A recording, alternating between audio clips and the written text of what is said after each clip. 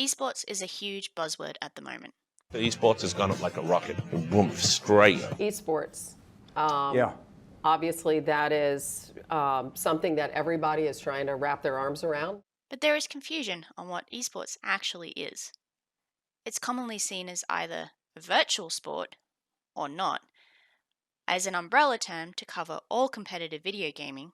Esports kind of draws in a crowd who are really just interested in watching people kick butt at video games. Or as watching other people play video games for entertainment. Oh, that Fortnite thing my kid watches. I know absolutely nothing other than my son is a fan and loves playing and loves watching. And This isn't quite right for many reasons. Let's start with the first assumption, which is the most accurate. Esports is commonly seen as a type of sport, as in, when people say, esports will be in the Olympics, it's in the same manner as badminton will be in the Olympics. Except there aren't hundreds of games with massively different wind conditions that call themselves badminton. Instead, saying martial arts will be in the Olympics is probably a more apt analogous statement, as there are many types of martial arts and many uses of martial arts outside of competition, especially for entertainment. I'll get back to that later. However, esports does have a strong parallel to traditional sports, with a lot of overlap, but a lot of market opportunities that are quite different. So what makes a video game an esport? Well, let's have a look at the definition of esports on an esoteric basis. Sports and esports are a subsection of game. What is a game? This is a heady philosophical area. A really wordy definition comes from Bernard Suit's 1978 book, The Grasshopper.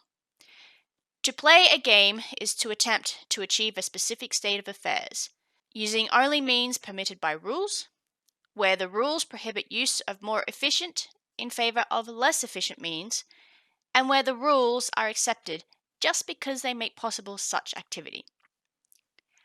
A video game is simply a game played through electronic means, and the rules are defined in the program's code. What is a sport? A sport is a game, but not all games are sports. A sport accord uses the following criteria to identify these subset of games, determining that a sport should have an element of competition, be in no way harmful to any living creature, not be judged to pose an undue risk to the health and safety of its athletes or participants, not rely on equipment provided by a single supplier, and not rely on any luck element specifically designed in the sport. And of course, being a subsection of game, you need rules, which usually define the win condition. Whoever scores the most points within a time frame wins, whoever crosses the line first while traversing a specific course wins, etc., etc. This is a concept of fairness. Rules are non-negotiable. The win condition is straightforward. Examples of athletic sports are football, baseball, tennis, cycling, car racing, archery, and golf. So, what is an esport? It's just an electronic game that adheres to the same definition of sport.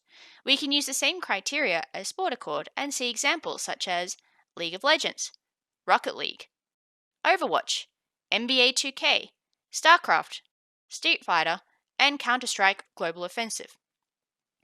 There is a tendency to categorize all competitive video games as esports. It's too broad a definition and a lazy, if convenient, way of thinking. We do the same thing with traditional sports, sometimes miscategorizing any athletic activity as a sport. Competitive gaming and watching people play games, aka live streaming, is a much bigger phenomenon that includes esports. But not all competitive games are worthy of being considered an esport, like not all competitive athletic activities are considered sports. In the next video, we'll be looking at the Sports Accord criteria in depth to explain some of the most important considerations when thinking about esports games. I'll see you then.